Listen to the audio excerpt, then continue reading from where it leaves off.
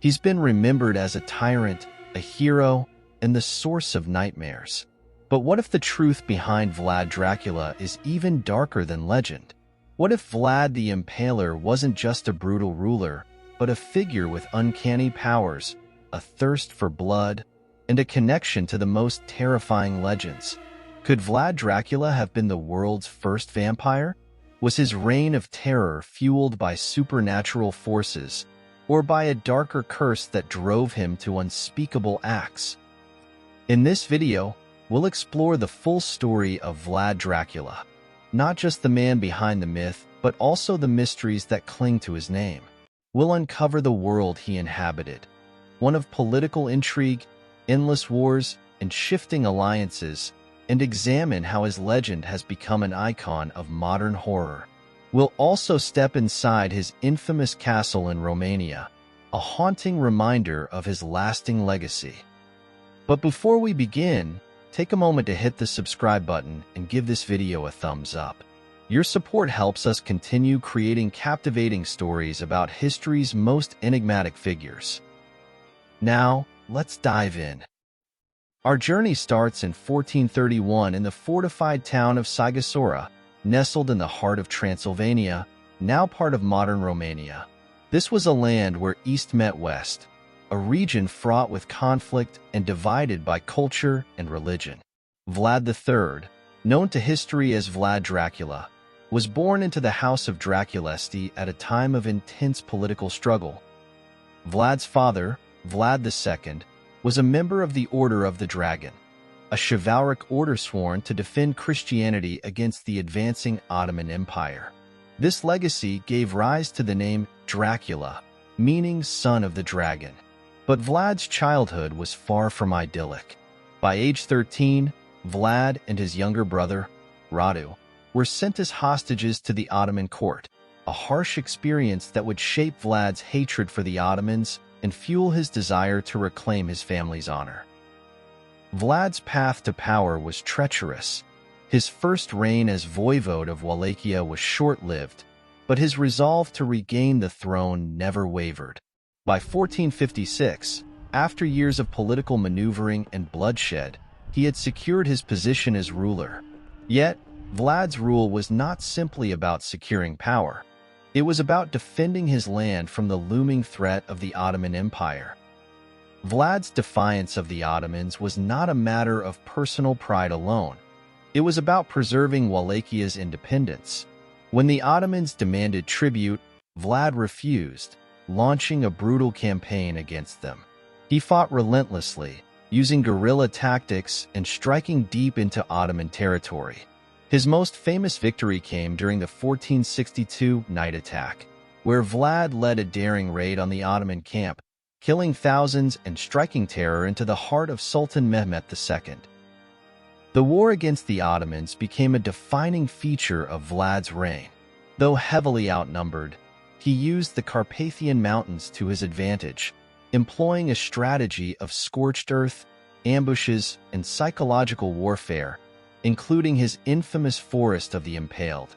Thousands of Ottoman soldiers were left on stakes as a warning to all who dared challenge him. While Vlad the Impaler is often portrayed as a monstrous figure in Western Europe and Romania, his legacy is far more complex. To many Romanians, Vlad is remembered not just as a cruel ruler, but as a national hero, a protector of the people and defender of the homeland. He was a leader who brought order during a time of chaos and held back the tide of Ottoman expansion. Romanians admired Vlad for his strict but fair justice. Despite his ruthless methods, he was seen as a ruler who kept the nobility in check and protected the common people from lawlessness and corruption. In Romanian folklore, Vlad was even compared to the biblical figure of a stern judge sent by God to restore justice. His legendary acts of cruelty were often framed as necessary measures to preserve the integrity of his land. And in this light, Vlad Dracula became a symbol of resilience and strength. Vlad Dracula's reign was not without sacrifice. He fought not for personal glory alone, but to protect his people from both external threats and internal chaos. The constant threat of Ottoman invasion loomed large, but Vlad's brutal methods allowed him to hold off one of the greatest empires of his time. However, this came at a cost, not just to his enemies, but to his own people. Vlad's strategy of scorched earth, burning crops, poisoning wells, and devastating villages, was designed to leave nothing for the invading Ottoman armies. This meant that his own people sometimes bore the brunt of the destruction, suffering from starvation and hardship. Yet, Vlad believed these sacrifices were necessary to ensure Wallachia's survival. He is said to have personally funded the rebuilding of fortresses and even led his armies into battle, risking his own life for the sake of his people. Legends of Vlad Dracula's extraordinary abilities have persisted throughout history. Accounts suggest that Vlad possessed strength beyond what any human should, the ability to disappear at will, and a power to control others through sheer force of will. His prowess on the battlefield was said to be otherworldly, fueling suspicions that he was no ordinary man. Yet, the most chilling of these tales revolves around Vlad's supposed craving for blood. Could it be that Vlad was more than a man, that he was the first of the undead? Many accounts suggest that his penchant for impalement was not only a means of execution, but part of a gruesome ritual to extract life force from his victims.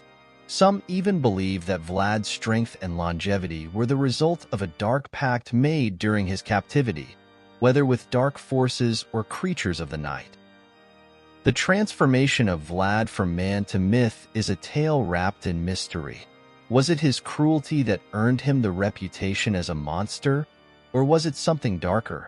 According to some legends, Vlad was cursed, either by his enemies or by a creature that had long stalked the forests of Wallachia. Some say that after a fateful encounter with a vampire, Vlad was forever changed. With this transformation came great power, but also a terrible curse. As daylight became his enemy and blood his only sustenance, Vlad's need for survival overtook his humanity. His enemies became his victims, drained of life and left as grim reminders of his vengeance. Others believe this was merely legend, a tale crafted by his adversaries to explain his seemingly endless hunger for power and bloodshed. No story of Dracula would be complete without mentioning Bran Castle. Known to many as Dracula's Castle, this foreboding fortress in the Carpathian Mountains has become a symbol of Vlad Dracula's legend, though its connection to him is tenuous. Constructed in the 14th century, Bran Castle served as a strategic point of defense against Ottoman incursions. While there is little evidence that Vlad ever lived here, the castle's eerie presence has fueled its association with Dracula. It was the perfect setting for Bram Stoker's Gothic novel, giving life to the vampire lord's lair. Today, the castle draws countless visitors eager to explore its dark corridors, searching for a glimpse of the legend that has persisted for centuries. Vlad Dracula's story has transcended history, seeping into the realms of literature, film, and popular culture.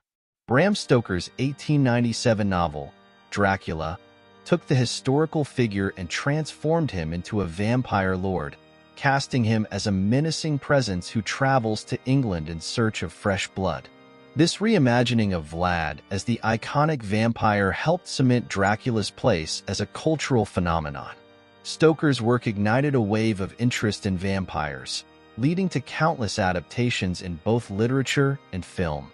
From the classic 1931 film starring Bela Lugosi to modern interpretations like Dracula Untold, each retelling brings new life to the myth, ensuring that Dracula's shadow continues to loom large over popular culture.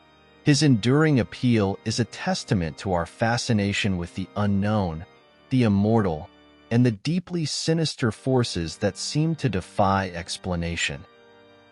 The death of Vlad Dracula is recorded in history, but the absence of a definitive burial has given rise to rumors that he may still walk the earth. Could it be that Vlad's lust for power, combined with the dark legends surrounding his name, granted him a form of immortality? Some believe that Vlad's story did not end with his death, that his spirit, or perhaps even his body, still roams the lands of Wallachia, sustained by an ancient curse. Others say that sightings of a mysterious figure resembling Vlad in the dead of night suggest that the real Dracula may never have truly left us. Whether in body or in spirit, the myth of Dracula remains alive, echoing through the mountains and forests that once served as his kingdom. In the end, Vlad Dracula was a man shaped by the turbulent era he lived in, a ruler who wielded power with ruthless precision to protect his people and secure his legacy. His brutal reign left a scar on history, yet it also birthed the legend of Dracula, a figure that has captivated and terrified us for generations. Was Vlad truly cursed with unnatural powers? Or were the stories of his bloodlust a way for his enemies to explain the horrors he inflicted on them? As we look back on his legacy, we see a complex figure, a man caught between the brutality of his time and the enduring myth of his name. Thank you for joining us as we explored the life and mysteries of Vlad Dracula. If you enjoyed this journey through history and legend, please like, share, and subscribe. Let us know in the comments what you think. Was Vlad Dracula a hero, a monster, or perhaps even something beyond our imagination? Until next time, stay curious and keep exploring the stories that shape our world. As we echo the knowledge that fuels curious minds,